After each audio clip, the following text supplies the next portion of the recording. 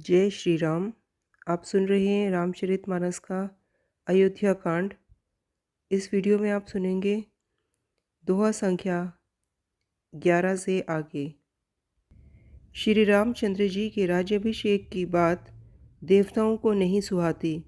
सरस्वती जी को बुलाकर देवता विनय कर रहे हैं और बार बार उनके पैरों पर गिर पड़ते हैं और वे कहते हैं, हे माता, हमारी बड़ी विपत्ति को देखकर आज वही कीजिए जिससे श्री रामचंद्र जी राज्य त्याग कर वन को चले जाएं और देवताओं का सब कार्य सिद्ध हो। देवताओं की विनती सुनकर सरस्वती जी खड़ी खड़ी पछता रही हैं कि मैं कमल वन के लिए हेमंत ऋतु की रात हुई। उन्हें इस प्रकार पछताते देखकर देवता फिर विनय करके कहने लगे, हे माता, इसमें आपको जरा भी दोष न लगेगा। श्री रघुनाथ जी विषाद और हर्ष से रहित हैं। आप तो श्री रामचंद्र जी के सब प्रभावों को जानती ही हैं। जीव अपने कर्मवश ही सुख दुख का भोगी होता है। अतएव देवताओं के हित के लिए आप अयोध्या जाइए। बार बार चरण पकड़कर देवताओं ने सरस्वती को संकोच में डाल दिया। तब वह यह विचार कर चली कि देवताओं की बुद्धि ओछी है। इनका निवास तो ऊंचा है पर इनकी करनी नीची है। ये दूसरे का ऐश्वर्य नहीं देख सकते, परंतु आगे के काम का विचार करके श्री राम जी के वन जाने से राक्षसों का वध होगा, जिससे सारा जगत सुखी हो जाएगा। चतुर कवि श्री रामचंद्र जी के वनवास के चरित्र का वर्णन करने के लिए मेरी चाह करेंगे। ऐसा विचार कर सरस्वती हृदय में हर्षित होकर दशरथ जी की पुरी अयोध्या में आईं। मानो दुसह दुख देने वाली कोई ग्रह दशा आई हो। मंथरा नाम की केकई की एक मंदबुद्धि दासी थी। उसे अपयश की पिटारी बनाकर सरस्वती उसकी बुद्धि को फेर कर चली गई। मंथरा ने देखा कि नगर सजा हुआ है, सुंदर मंगलमय बंधावे बज रहे हैं। उसने लोगों से पूछा कि कैसा उत्सव है। उनसे श्री रामचंद्र जी के राज तिलक की बात सुनते ही उसका हृदय जल उठा। वह दुर्बुद्धि नीच जाति वाली दासी विचार करने लगी कि किस प्रकार से यह काम रात ही रात में बिगड़ जाए। जैसे कोई कुटिल बिल्ली शहद का छत्ता लगा देखकर घात लगाती है कि इसको किस तरह से उखाड़ लूं। वह उदास होकर भरत जी की माता केकई के पास गई। रानी केकई ने हंसकर कहा, तू उदास क्यों है? मंथरा कुछ उत्तर नहीं देती, केवल लंबी सांस ले रही है और त्रिया चरित्र करके आंसू टरका रही है। रानी हंसकर कहने लगी कि तेरे बड़े गाल हैं। मेरा मन कहता है कि लक्ष्मण ने तुझे दंड दिया है। तब भी वह महापापिनी दासी कुछ नहीं बोली। ऐसे लंबी सांस छोड़ रही है मानो काली नागिन हो। तब रानी ने डर कर कहा, अरे कहती क्यों नहीं? श्री रामचंद्र, राजा लक्ष्मण, भरत और शत्रुघ्न कुशल से तो हैं।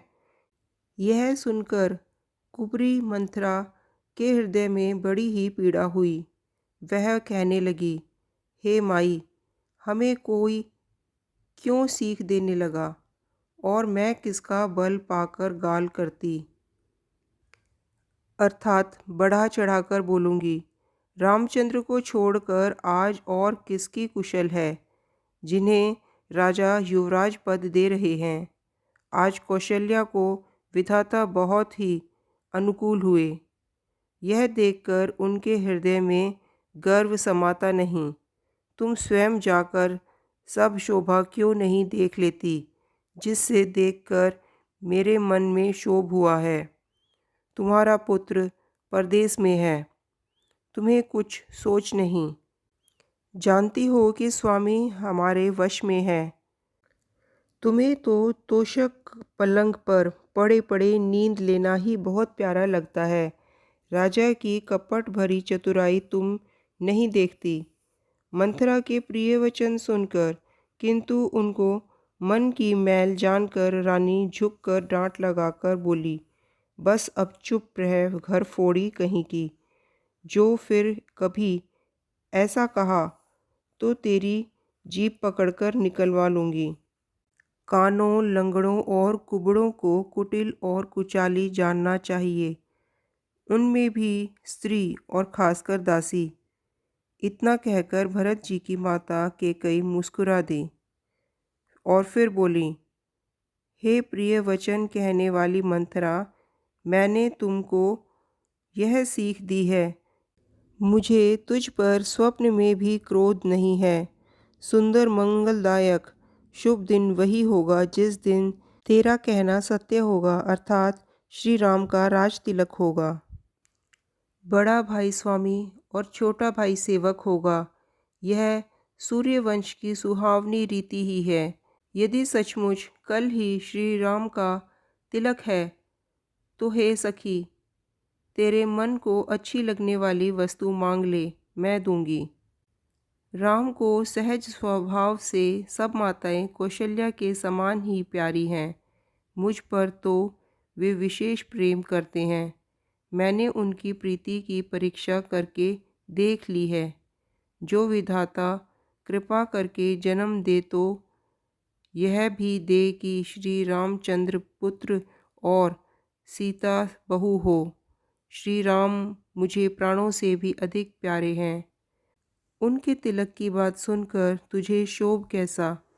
तुझे भरत की सौगंध है, छल कपट छोड़कर सच सच कह। तू हर्ष के समय विषाद कर रही है, मुझे इसका कारण सुना। मंथरा ने कहा, सारी आशाएं तो एक ही बार कहने में पूरी हो गई। अब तो दूसरी जीभ लगाकर कुछ कहूँगी। मेरा अभागा कपाल तो फोड़ने ही योग्य है। जो अच्छी बात कहने पर भी आपको दुख होता है, जो झूठी सच्ची बातें बनाकर कहते हैं, हे भाई, वे ही तुम्हें प्रिय हैं और मैं कड़वी लगती हूँ। अब मैं भी मुँह देखी कहकर करूँगी, नहीं तो दिन रात चुप रहूँगी। विधाता ने कुरूप बनाकर मुझे परवश कर दिया। दूसरों को क्या दोष, जो बोया सो काटती हूँ, दिया सो पाती हूँ। कोई भी राजा हो, हमारी क्या हानि। दासी रानी तो होने से रही। हमारा स्वभाव तो जलाने ही योग्य है, क्योंकि तुम्हारा अहित मुझसे देखा नहीं जाता, इसलिए कुछ बात चलाई थी। किंतु हे देवी, हमारी बड़ी भूल हुई, क्षमा करो। आधारहीन बुद्धि की स्त्री और देवताओं की माया के वश में होने के कारण रहस्य युक्त कपट भरे प्रिय वचनों को सुनकर रानी कैकेयी ने बैरन मंथरा को अपनी सुहृदय जानकर उसका विश्वास कर लिया। बार बार रानी उससे आदर के साथ पूछ रही है, मानो भिलनी के गान से हिरनी मोहित हो गई हो। जैसी होनहार है वैसी ही बुद्धि भी फिर गई। दासी अपना दाव लगा जानकर हर्षित हुई। तुम पूछती हो, किंतु मैं कहते डरती हूँ, क्योंकि तुमने पहले ही मेरा नाम घर फोड़ी रख दिया। बहुत तरह से गढ़ झोल कर खूब विश्वास जमा कर वह बोली, हे रानी, तुमने जो कहा कि मुझे सीता राम प्रिय हैं और राम को तुम प्रिय हो, सो यह बात सच्ची है। परंतु यह बात पहले थी, वे दिन अब बीत गए। समय फिर जाने पर मित्र भी शत्रु हो जाते हैं। सूर्य कमल के कुल का पालन करने वाला है, पर बिना जल के वही सूर्य कमल को जलाकर भस्म कर देता है। सौत कौशल्या तुम्हारी जड़ उखाड़ना चाहती है, अतः उपाय रूपी बाड़ लगाकर उसे सुरक्षित कर दो। तुमको अपने सुहाग के झूठे बल पर कुछ भी सोच नहीं है। राजा को अपने वश में जानती हो, किंतु राजा मन के मैले और मुंह के मीठे हैं और आपका सीधा स्वभाव है। राम की माता कौशल्या बड़ी चतुर और गंभीर है, उसकी था कोई नहीं पाता। उसने मौका पाकर अपनी बात बना ली। राजा ने जो भरत को ननिहाल भेज दिया, उसमें आप बस राम की माता की ही सलाह समझिए। कौशल्या समझती है कि और सब सौतें तो मेरी अच्छी तरह सेवा करती हैं। एक भरत की माँ पति के बल पर गर्वित रहती है। इसी से हे माई, कौशल्या को तुम बहुत ही खटक रही हो, किंतु वह कपट करने में चतुर है, अतः उसके हृदय का भाव जानने में नहीं आता। राजा का तुम पर विशेष प्रेम है। कौशल्या सौत के स्वभाव से उसे देख नहीं सकती, इसलिए उसने जाल रचकर राजा को अपने वश में करके भरत की अनुपस्थिति में राम के राज तिलक के लिए लगन निश्चित करा लिया। राम को तिलक हो, यह रघुकुल के लिए उचित ही है और यह बात सभी को सुहाती है और मुझे तो बहुत ही अच्छी लगती है। परंतु मुझे तो आगे की बात विचार कर डर लगता है। दैव उलटकर इसका फल उसी कौशल्या को दें। इस तरह करोड़ों कुटिलपन की बातें गढ़ झोल कर मंथरा ने कैकई को उल्टा सीधा समझा दिया और सैकड़ों सोतों की कहानियाँ इस प्रकार बना बना कर कहीं, जिस प्रकार विरोध बढ़े। होनहारवश कैकई के मन में विश्वास हो गया। रानी फिर सौगंध दिलाकर पूछने लगी। मंथरा बोली, क्या पूछती हो? अरे, तुमने अब भी नहीं समझा? अपने भले बुरे को तो पशु भी पहचान लेते हैं। पूरा पखवाड़ा बीत गया सामान सजाते और तुमने खबर पाई है आज मुझसे।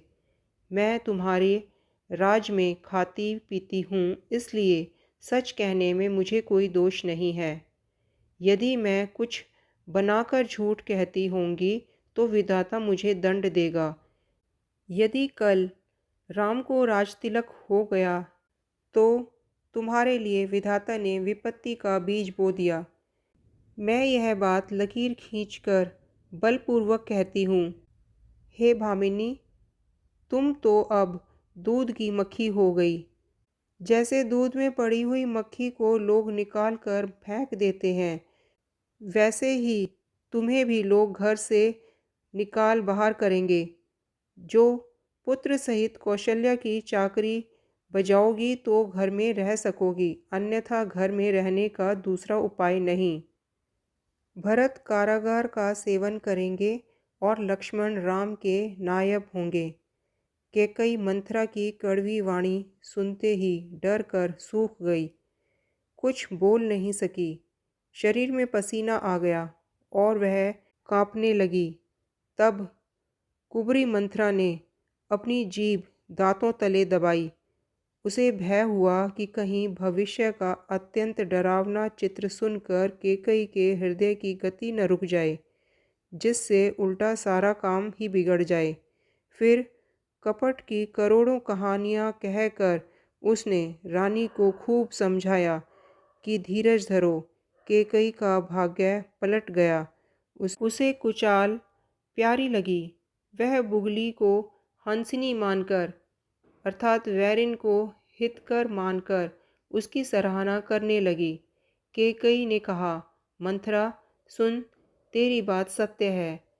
मेरी दाहिनी आँख नित्य फड़का करती है। मैं प्रतिदिन रात को बुरे स्वप्न देखती हूँ, किंतु अपने अज्ञानवश तुझसे कहती नहीं। सखी, क्या करूँ? मेरा तो सीधा स्वभाव है। मैं दायां बायां कुछ भी नहीं जानती। अपनी चलते मैंने आज तक कभी किसी का बुरा नहीं किया। फिर न जाने किस पाप से देव ने मुझे एक ही साथ यह दुस्सह दुख दिया। मैं भले ही नैहर जाकर वहीं जीवन बिता दूं, पर जीते जी सौत की चाकरी नहीं करूंगी। देव जिसको शत्रु के वश में रखकर जिलाता है, उसके लिए तो जीने की अपेक्षा मरना ही अच्छा। रानी ने बहुत प्रकार के दीन वचन कहे। उन्हें सुनकर मंथरा बोली, तुम मन में गलानी मानकर ऐसा क्यों कह रही हो? तुम्हारा सुख सुहाग दिन दिन दूना होगा। जिसने तुम्हारी बुराई चाही है, वही परिणाम में यह फल पाएगा। हे स्वामिनी, मैंने जब से यह कुमत सुना है, मुझे तो न तो दिन में कुछ भूख लगती है और न रात में नींद आती है। मैंने ज्योतिषियों से पूछा तो उन्होंने रेखा खींचकर अर्थात निश्चयपूर्वक गणित करके कहा कि भरत राजा होंगे। यह सत्य बात है। हे भामिनी, तुम करो तो मैं उपाय बताऊं। राजा तुम्हारी सेवा के वश में ही है। कैकई ने कहा, मैं तेरे कहने से कुएं में गिर सकती हूँ, पुत्र और पति को भी छोड़ सकती हूँ। जब तू मेरा बड़ा भारी दुख देखकर कुछ कहती है, तो भला मैं अपने हित के लिए उसे क्यों न करूं? जय श्री राम। आगे की कथा सुनने के लिए देखिए वीडियो का अगला भाग। श्री राम जी की कथा लिखने, पढ़ने, कहने, सुनने और प्रचार प्रसार करने वाले सभी का कल्याण हो। जय श्री राम।